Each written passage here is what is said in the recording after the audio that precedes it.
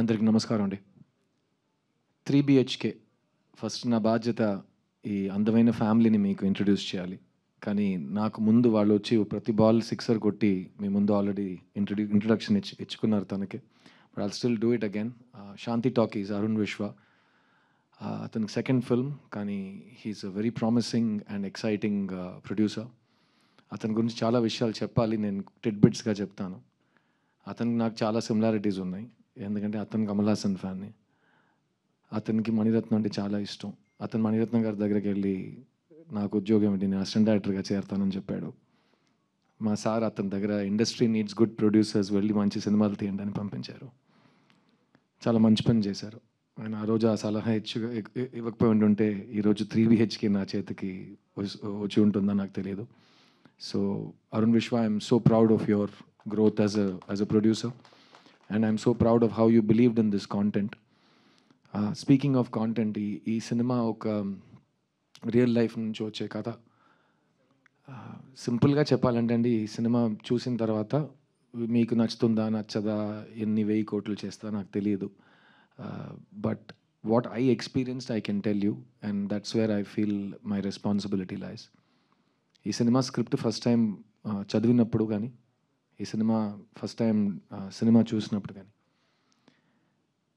నాకు త్వరగా వెళ్ళి మా నాన్నని పట్టుకుని అలా టైట్గా హగ్ చేద్దామని ఒక మూడ్ వచ్చింది. అండ్ కోఇన్సిడెంట్లీ నేను కాపీ చూసినప్పుడు నేను మా నాన్న ఈ సినిమా కలిసి చూసాం. అండ్ సినిమా చూసిన వెంటనే it just overcame, the emotion, I was overcome by it. And Telugu ప్రేక్షకులకి సిద్ధు గురించి ఎన్నిసార్లు ఎన్ని రకాల మాటలు చెప్పినా మొత్తం మీరే చేశారు అనే ఆ డైలాగ్ తెలుగు ప్రేక్షకులు నన్ను ఎప్పుడు మర్చిపోనివ్వరు. అలాంటి ఒక తండ్రి కొడుకు రిలేషన్షిప్ మీరు బొమ్మరిలో చూశారు. ఆ సినిమా నాకు చాలా నేర్పించింది. అండ్ ఆ సినిమా తర్వాత కూడా నాకు ఆల్ ఓవర్ ద వరల్డ్ తండ్రి కొడుకులు వచ్చి నాతో చెప్పారు వాళ్ళు ఎలా రిసీవ్ చేస్తున్నారని. సో అలాంటి ఒక సినిమా తర్వాత మళ్ళీ ఒక తండ్రి కొడుకు రిలేషన్షిప్ని ఎక్స్ప్లోర్ చేయటం, అందులో ఇంత డైమెన్షన్స్తో ఒక రైటర్ మీకు ఒక సినిమా ఇస్తే, నాకు అనిపించింది మీకు డెఫినెట్గా ఈ సినిమా తర్వాత అనిపిస్తుంది. మీకు వెళ్ళి మీ ఫ్యామిలీని అలా టైట్గా కౌగిలించి ఒక మూడ్ వస్తుంది. సో సింపుల్ సజెషన్ నేను ఇస్తాను, వాళ్ళని కూడా తీసుకుని థియేటర్కి వెళ్ళిపోండి. ఎందుకంటే వెళ్ళి హగ్ చేయడానికి మరీ ఎక్కువ కమ్యూట్ చేయక్కర్లేదు, పక్కనే ఉంటారు. అండ్ నేను అరుణ్ శ్రీ అందరితో చెప్తాం, సొంతాలు మన చుట్టాలు కానీ, మన రిలేటివ్స్, మన ఫ్యామిలీ, మన అమ్మ నాన్న, చెల్లి, అక్క, అన్న, తమ్ముళ్ళు, వీళ్ళందరూ మనతో ఉన్నప్పుడు వాళ్ళని ఎంజాయ్ చేసుకోవాలి.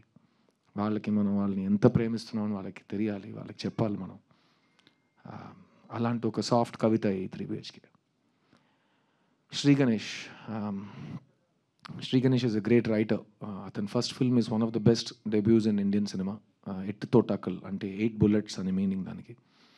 ఆ సినిమా అతను రాసి డైరెక్ట్ చేశాడు. ఆ సినిమా చూసిన తర్వాత నాకు ఫస్ట్ సినిమాలు మనం 25 years నుంచి ఒకరోజు డైరెక్ట్ చేస్తాం అని కలలు కంటున్నాం కదా, ఇలా ఫస్ట్ సినిమాలో ఇంత ఎక్స్ట్రాడినరీ సినిమా ఎలా ఒక మంచి తీశాడు అని ఒక ఐడియా వచ్చింది. అండ్ అతనితో సినిమా ఖచ్చితంగా చేయాలని ఆ రోజు ఒక ఐడియా మాట్లాడుకున్నాం. ఇది ఓవర్ ద ఇయర్స్ తర్వాత నా చిత్తా సినిమా రిలీజ్ టైంలో నాతో శ్రీ చాలా ట్రావెల్ చేశారు, ఎందుకంటే హీ లవ్ ద ఫిల్మ్, చిన్న సినిమా. సో చాలామంది డైరెక్టర్స్ ఆ టైంలో ఆ సినిమా ఎలాగో పబ్లిక్ దగ్గరికి వెళ్ళాలి, ఇలాంటి సినిమాలు కరెక్ట్ ప్లేస్కి చేరాలని నన్ను చాలా బాగా సపోర్ట్ చేశారు. అందులో ఒక వ్యక్తి శ్రీ గణేష్. ఆ టైంలో అరుణ్ విశ్వ మా ఆఫీస్లో, మా ఇంట్లో, మా పక్కనే ఉండేవారు. ఈ సినిమా నేను ప్రొడ్యూస్ చేయలేదు కానీ మీరు చేశారు, ఏం కావాలని చెప్పండి, నేను మీతో ట్రావెల్ అవుతాను, ఇలాంటి సినిమా నాకు ఈ ఈ కాంటాక్ట్, మీ టీంతో ఈ కాంటాక్ట్ నాకు కావాలి అని అరుణ్ విశ్వ మాతోనే ఉన్నారు. సో ఆ టైంలో అరుణ్ విశ్వాయే నన్ను శ్రీ గణేష్ని కలిపారు. అప్పుడు శ్రీ గణేష్, నా దగ్గర ఒక కథ ఉంది సార్, కానీ అది మెయిన్ స్ట్రీమ్ సినిమానా కమర్షియల్ సినిమా నాకు చెప్పడం రాదు, తెలియట్లేదు అన్నారు.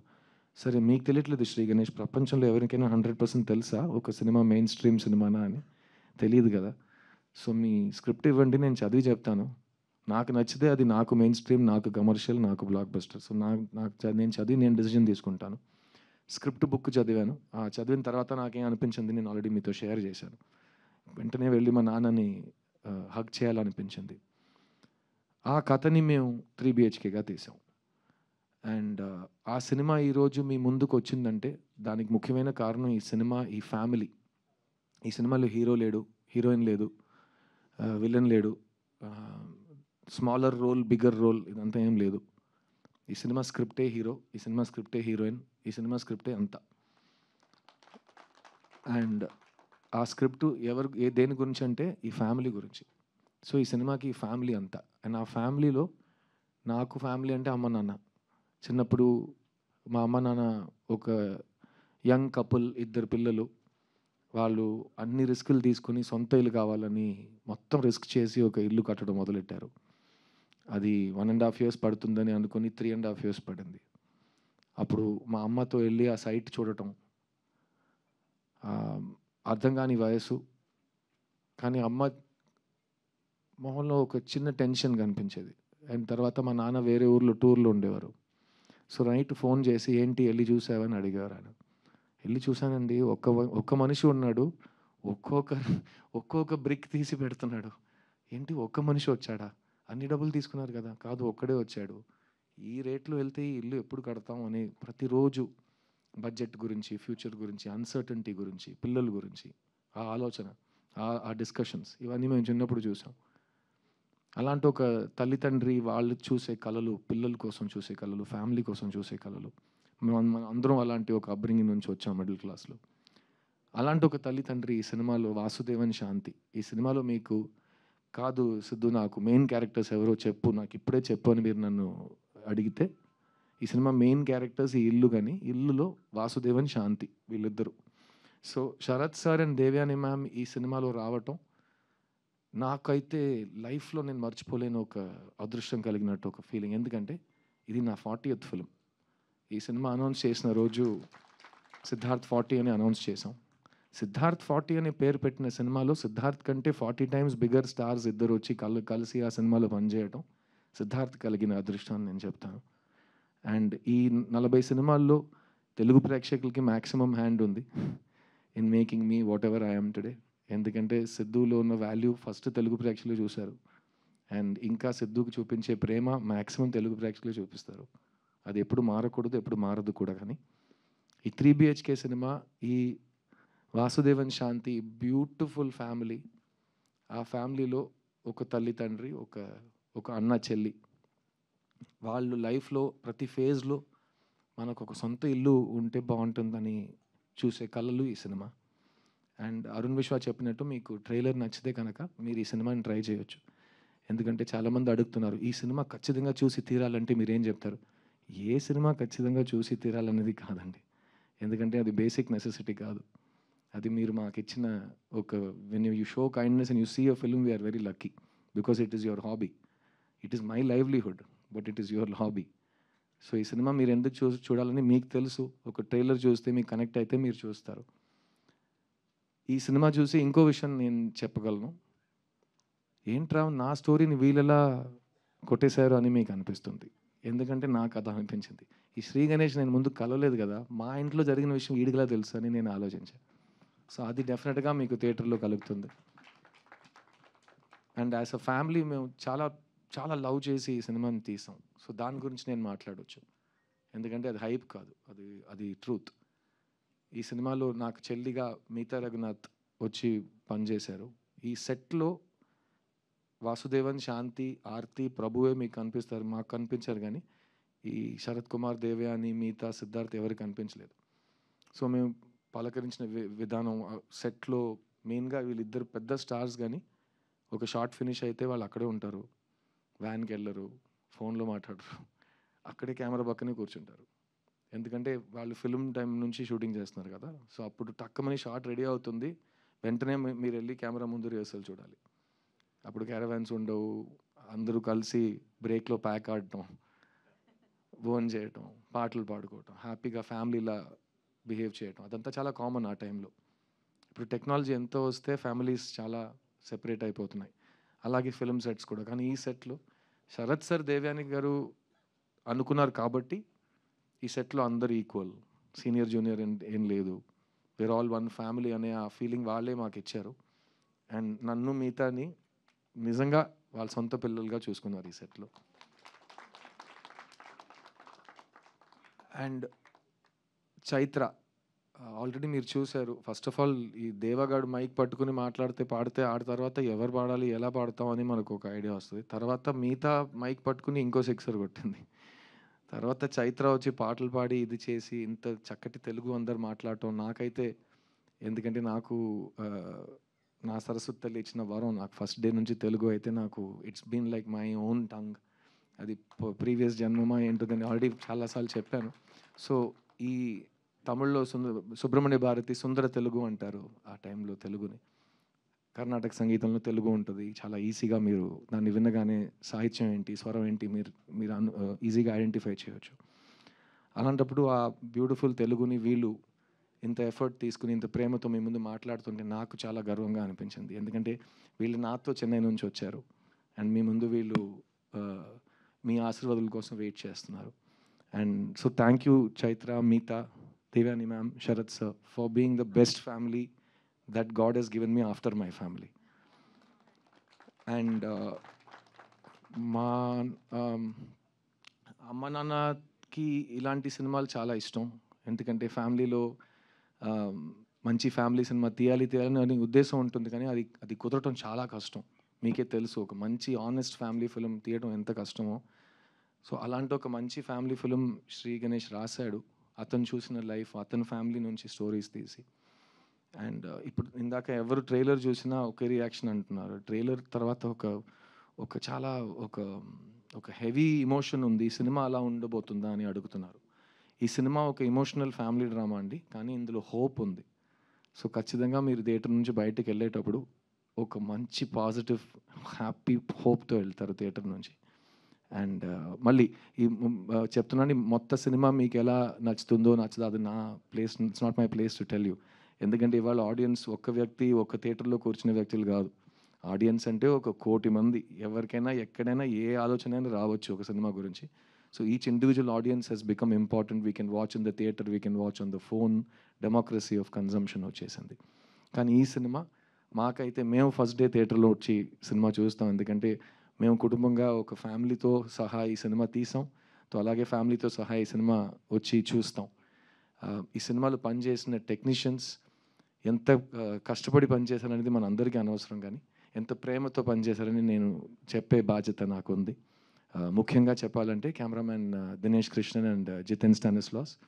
ఈ cinema music director Amrit Ramnath, Bombay Jayashri గారు అబ్బాయి. అండ్ అతను ఆల్బంలో చేసిన మ్యాజిక్ కానీ ఈ వయసులో అతను ఈ సినిమాను హ్యాండిల్ చేసిన కూల్నెస్, నేను 40 సినిమాలు పోస్ట్ ప్రొడక్షన్ చూశాను. అలాంటి ఒక కూల్నెస్ నేను ఫస్ట్ టైం చూస్తున్నాను. ఈ యంగ్ జనరేషన్కి భయం లేదు, ఎందుకంటే వాళ్ళకి బ్యారియర్స్ టు ఎంట్రీ లేదు. ఈరోజు మీరు సినిమా తీయాలంటే మీకు ప్రొడ్యూసర్ అక్కర్లేదు, మీకు డిస్ట్రిబ్యూటర్ అక్కర్లేదు, మీకు ఏమీ రెంటల్ కెమెరా అక్కర్లేదు, లైట్స్ అక్కర్లేదు. మీ దగ్గర ఒక ఫోన్ ఉంటే చాలు, మీరు ఒక సినిమా తీయొచ్చు. ఆ సినిమా బాగుంటే మీరు ఇంటర్నెట్లో రిలీజ్ చేయొచ్చు, బాగుంటే అది వైరల్ అయిపోతుంది.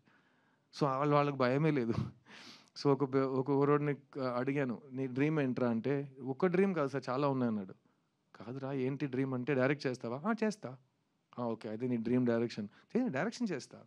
ఇంకా చాలా ఉన్నాయి కదా. ఇంకా చాలా ఉన్నాయా? నేను 40 సంవత్సరాల నుంచి డైరెక్టర్ అవుతాను తిరుగుతున్నాను. ఎలా? సో వాళ్ళ నేను కెమెరా కూడా చేస్తాను, తర్వాత నేను మ్యూజిక్ కూడా చేస్తాను, తర్వాత నేను క్రికెట్ ఆడతాను. అన్నీ చేస్తావు, అన్నీ ఎలా చేస్తావు? చేయొచ్చు కదా, ఏం ప్రాబ్లం లేదు కదా. So they have no fear.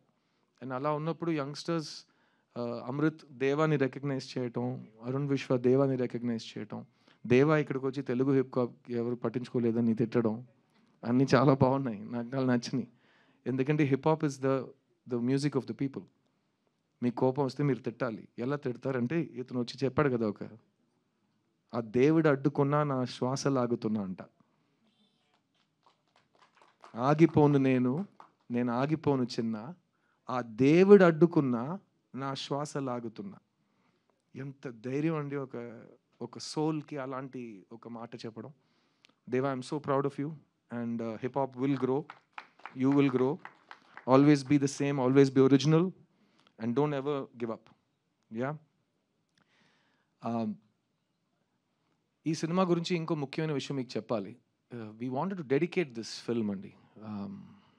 Telugu cinema, Telugu సాహిత్యం, తెలుగు కవితలు, Telugu art, Telugu cinema overall respect చేసే ప్రతి వ్యక్తికి ఒక గురువు ఉన్నాడు మా దృష్టిలో.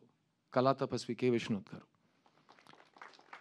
అందరికీ ఒక ఇల్లు ఎలా ఉండాలి, ఆ ఇంటి లోపల ఒక మేజు, ఒక చైర్ ఉంటే అది ఎలా ఉంటుంది, ఒక పుస్తకం ఉంటే ఆ పుస్తకం చూడడానికి ఎలా ఉంటుంది, అది ఓపెన్ చేస్తే ఏ సౌండ్ వస్తుంది, ఆ ఇంటి బయట ఒక నది ఉంటే అది ఎలా ఉంటుంది, ఆ నది పక్కన కూర్చుని ఒక హస్బెండ్ వైఫ్ మాట్లాడుతుంటే అది ఎలా ఉంటుంది, ఇవన్నీ మాకు చూపించింది కళా తపస్వి కె. విశ్వనాథ్ గారు. సో ఒక చాలా ముఖ్యమైన ఒక ట్రివియా ఉంది. ప్రొడ్యూసర్ అరుణ్ విశ్వ ఇప్పుడు ఉన్న ఇల్లు, present house is a rented house. Recently in Chennai, we found out that rented house he's staying in was K. Vishwanath Garu's first house. So the connection is divine. So we want to dedicate this film to K. Vishwanath Garu. And if you're a fan of him the way you are of mine, you'll understand why when you see the film. Thank you, Shashi Garu. So sweetly you spoke, and thank you, Maitri Distribution, for backing this film. ఎందుకంటే this feeling of watching a family film in the theater is not new for us. We have all seen many family films in the past. నా కెరియర్లో బొమ్మరిలో నాకు cinema ఉంది. ఇంకా నా చేయి నీ చేతిలోనే ఉంది నాన్న అని ఒక మాట అంటుంటే థియేటర్లో అందరూ ఒకే టైంలో ఒక టియర్ బయటకు వస్తుంది. ఇవన్నీ మేము ప్రొజెక్షన్ రూమ్ నుంచి అలా హైడ్ చేస్తూ బుర్కా వేసుకుని అన్నీ చూసాం ఆ టైంలో. అది magic of family films, and that kind of needs the best distribution. So thank you for being the best distributors and blessing this film. I really hope that 3BHK makes you smile. I hope it makes you hope. I hope it makes you dream. And నాకు పర్సనల్గా it helped me to revisit my whole life. మీరు చూసారు, it takes me through 17 to 45 in this film in terms of age.